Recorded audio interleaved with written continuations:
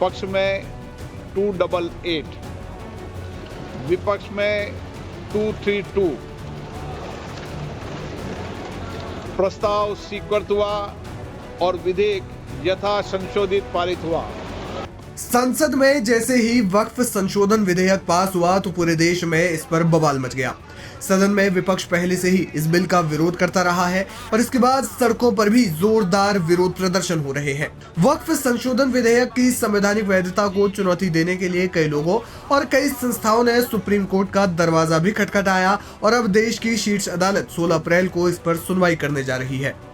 मुख्य न्यायाधीश संजीव खन्ना की अध्यक्षता वाली बेंच इस मामले पर सुनवाई करेगी, जिसमें उनके अलावा जस्टिस संजय खन्ना और जस्टिस केवी विश्वनाथन शामिल होंगे।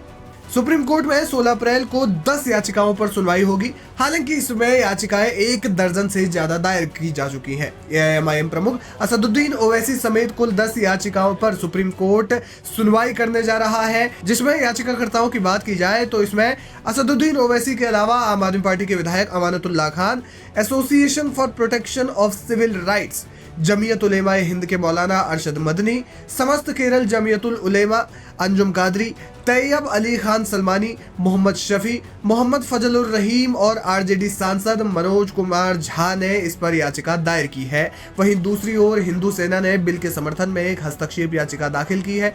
हिंदू सेना ने अदालत में अपना पक्ष रखने की अनुमति मांगी है। जानकारी के लिए बता दें कि वक्फ संशोधन विधेयक 2024 को राष्ट्रपति द्रौपदी मुर्मू ने मंजूरी दे दी थी, जिसके बाद केंद्र सरकार ने मंगलवार 8 अप्रैल से इसे लागू कर दिया। इस मामले में देश के कई इलाकों में जमकर बवाल देखने को मिल रहा है। हाल ही में पश्चिम बंगाल के मुर्शिदाबाद में इसी विरोध प्रदर्शन के चलते हिंसा फैल गई थी। All India Muslim personal law board देश भर में 10 अप्रैल से 7 जुलाई तक वक्फ बचाओ आंदोलन चलाएगा। 11 से 18 अप्रैल तक तहफ़्फ़ुज़ औफ़ाक़ सप्ताह मनाया जाएगा। 30 अप्रैल को आधे घंटे के लिए रात 9 बजे ब्लैकआउट रखा जाएगा। इस दौरान देश के 50 शहरों में विशेष आयोजन किए जाएंगे। इसमें कानपुर समेत यूपी के 3 और जिले भी शामिल हैं। बोर्ड की अध्यक्षता मौलाना सैफुल्लाह रहमानी, जनरल सेक्रेटरी मौलाना फजलुर रहीम मुजाहिदी, कन्वीनर डॉक्टर सैयद कासिम रसूल इलियास ने दिल्ली में मंगलवार रात औपचारिक रूप से इसकी घोषणा की। बैठक में शामिल हुए लॉ बोर्ड के संस्थापक सदस्य मोहम्मद सुलेमान ने बोर्ड के फैसलों के बारे में जानकारी दी है। बोर्ड की ओर से जारी बयान में कहा गया है कि वक्फ बचाओ आंदोलन 1985 के शाहबानो आंदोलन की तर्ज पर चलेगा। इसके बारे में राज्य, जिला, शहर और गाँव स्तर पर जन आंदोलन चलाते हुए उन्हें जानकारी दी जाएगी। विशेष बात यह है कि आंदोलन में अन्य अल्पसंख्यकों और बहुसंख्यकों को भी शामिल किया जाएगा। उन्हें वक्फ के बारे में पूरी जानकारी दी जाएगी।